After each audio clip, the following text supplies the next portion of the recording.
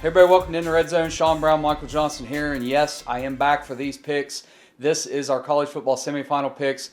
If you watch my video, you know I'm fed up with college football. I'm done with it, but I'm going to finish out the season, Sean. I didn't pick bowl games with you, but we're going to pick these two games and a championship game to finish it out. If I do anything going forward, it'll be NFL because I'm so sick of college football. And honestly, I was telling your dad earlier today that yes, the Florida State thing's one thing, but the reason I'm so sick of college football because, you know, if you're an NFL fan, imagine in the NFL every player on a 1-year contract. Yeah. And everybody in the league is a free agent at the end of the year. Yeah. That's what college football is right now. Right. It's completely chaotic.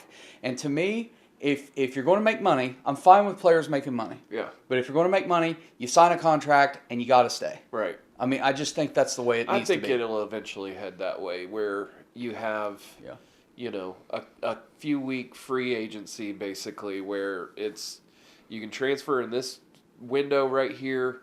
Mm-hmm. They got to do away with the tampering stuff. I mean, you got to hit these universities that you know for sure are, first of all, paying for enticement, you know.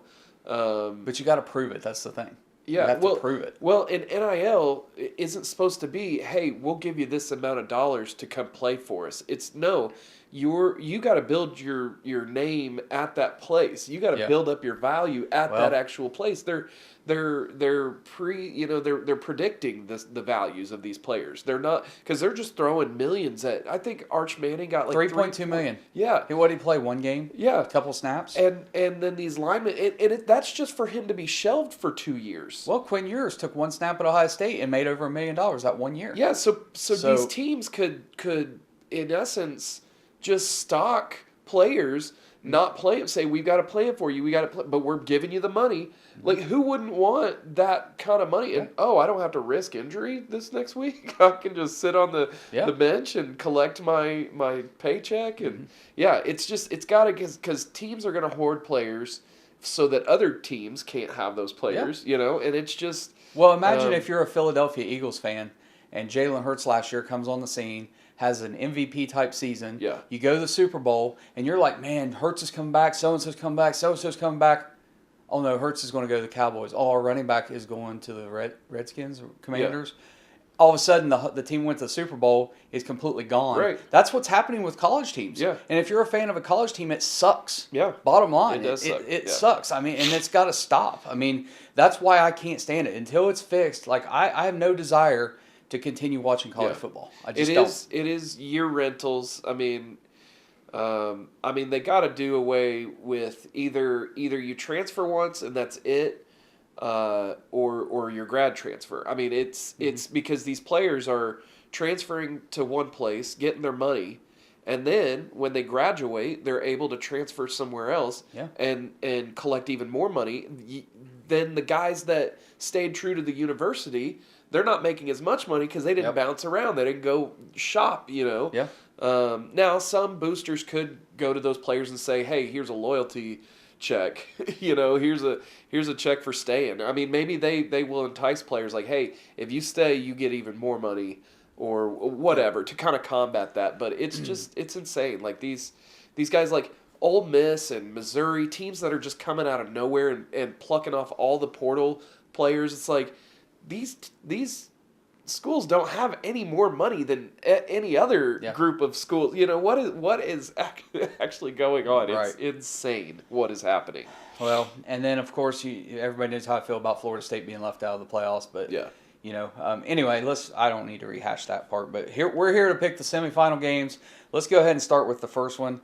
The Rose Bowl, Alabama and Michigan. Obviously Michigan, the number 1 seed. Michigan is a 2-point favorite here. All I'm seeing in the media everywhere is that Alabama, Nick Saban's going to win another title. He's going to retire on top. I mean, nobody's given Michigan a chance at this, yet they're a 2-point favorite. The ESPN predictor has almost a 60% favorite for Michigan to win the game.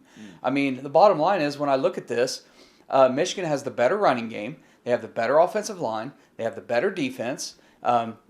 Alabama, I think, probably has the edge at quarterback. Alabama probably has the edge at wide receiver. Michigan has the edge at secondary. I mean, I don't see how Alabama wins this game. I don't. I have Michigan covering too. They're going to go to the national championship game. Well, these two teams, I will say that the two semifinals are matched up really, really well. Yeah. On paper, at least. I mean, you've got now where there's a little discrepancy is points against. Michigan's only given up just under 10 points per game at 9.46. That's good for second in the country. Alabama is 32nd in the country, which they took a little while to get going, and then halfway through the season, they really started to kind of turn it on. But their points against, which kind of looks a little different from the Alabamas of the past, giving up 18.38 points per game. Now they are completing 401.2 yards per game, and then Michigan is 380.5 per game. So both offenses, there's a 20-yard per game discrepancy there, but pass yards per game goes to Alabama. They're throwing for 228. Michigan's throwing for 218. So again, not a lot of disparity here in the stat columns. So rush yards per game, Alabama 172, Michigan 161 per game. Third down efficiency, this is insane. Michigan is completing third downs at 46.7. Alabama's completing third downs at 46.7. So exactly the same, tied for 24th in the country. And then they're both scoring 35 and 36 points. That's Alabama and Michigan. So really the stats, when you look at the team stats, they really are matched up really well. And when we talk about Texas and Washington, both of those teams kind of mirror a little bit of each other when it comes to offense. So I'm going to take Alabama in this game. I think that Nick Saban's done it time and time again. They definitely have the experience. Yes, Michigan has been there, but Alabama's just had a little bit more success there, or I'd say a lot more success than Michigan in handling these semifinals. So I'm taking Alabama. Alabama. Okay, let's move on to the next one. Washington against Texas, and look, everybody's on Texas. Everybody thinks Texas is going to win. Everybody thinks Texas is back. I don't believe so. Michael Penix Jr., in my opinion, was the best player in college football. He didn't win the Heisman. He came up second, but that's fine. But Washington's offense is incredible. But more importantly, to start the season, Washington's defense was almost as bad as USC's, but they got so much better during the year. And they beat Oregon twice. They played really good defense against Oregon in a Pac-12 championship game. Yeah. They are 48% on third down efficiency, where Texas is only 38% on third down efficiency. Texas, in their last few games, they only beat Kansas State by 3. They beat TCU by 3. They beat Iowa State by 10. They did whip up on Texas Tech. And then Oklahoma State 49-21. But, Oklahoma State is nothing like a Washington. I just think that Washington has way too much offense. I don't think Texas can keep up. Their defense is not that good, to be honest with you. And their front seven is really good. They got the Outland Trophy winner on their defensive line. Well, as a defense, when I've watched them play this year, they're not that impressive in total. Front seven maybe, but they have weaknesses in the secondary. They're not very good at linebacker. I just think that Washington's going to tear them apart. And then on the flip side of that, I think Washington's defense, the way they schemed against Oregon and the packages they were able to put together, I don't think Texas beats Washington. I know Texas is a 4-point favorite here. Give me Washington. Washington and Michigan in the national championship game, Big Ten versus Pac-12, old school rivalry with those two conferences. I'm taking Texas in this. I'm sorry, my OU brethren. I'm sorry. I know that Washington is probably more explosive offensively. Now, that's not to downplay Texas's offense because they are explosive as well. They've got Worthy. They've got Xavier Worthy. Averaging 75 yards a game. Yeah, and Quinn Ewers, he's thrown for 70% completion percentage.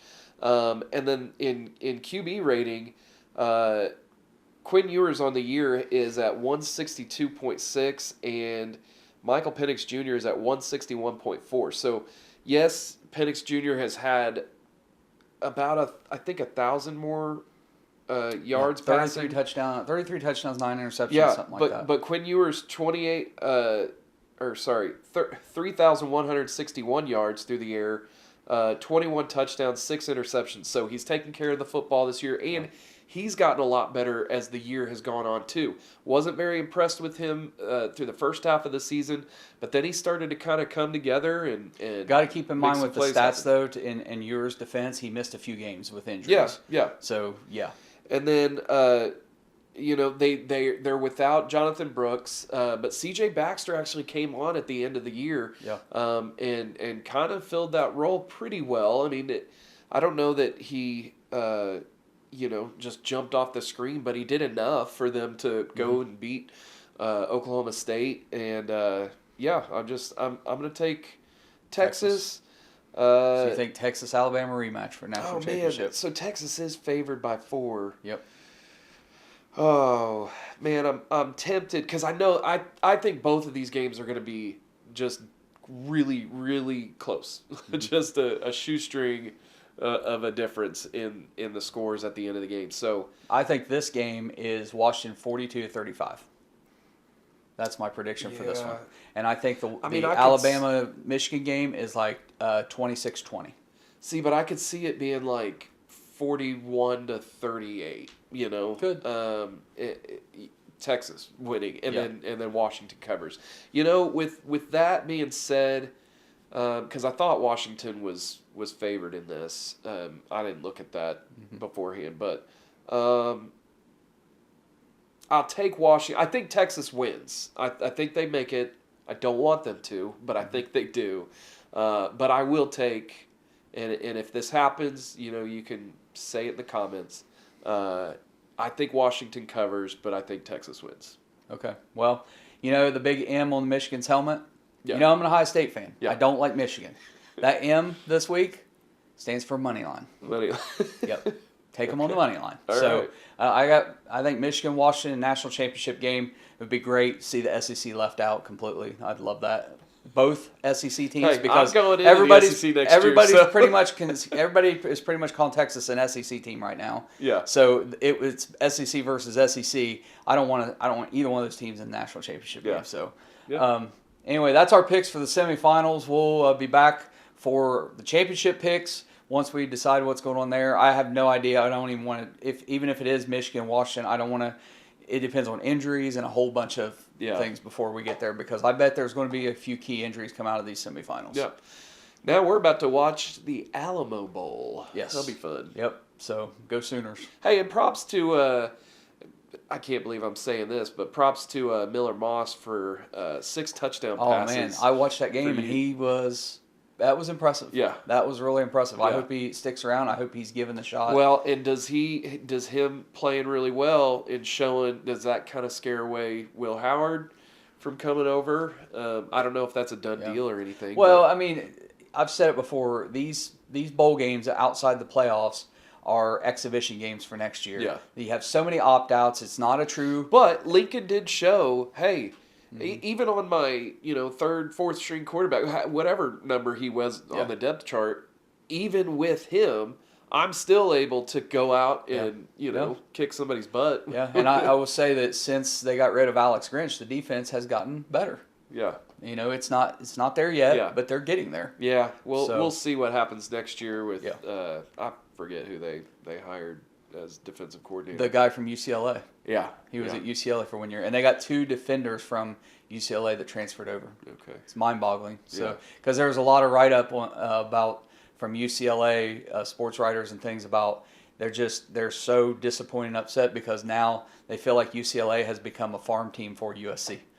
now that players, it was 2 players or 3 players, and there was 2 players who jumped from USC to UCLA. So I don't get that. They're just mad. Well, something I was going to say earlier, there will be another round of transfer portal. I mean, after all these games and once you get it, and I think there's even one after the spring. So I think there's one between the bowl games and like your spring games and the end of spring practice, and then there's one out, or at least some players make it known that I'm going to jump. There's I think it's January 15th is the next round. Okay, and then they have till like May 1st or something to transfer to be eligible for that next year, that next school year. But all right, guys. Well, hope you've enjoyed the picks. Leave a comment if you disagree, or even if you agree. Subscribe to the channel, leave a comment, hit the notification bell, and we'll be back for the championship picks. Good luck.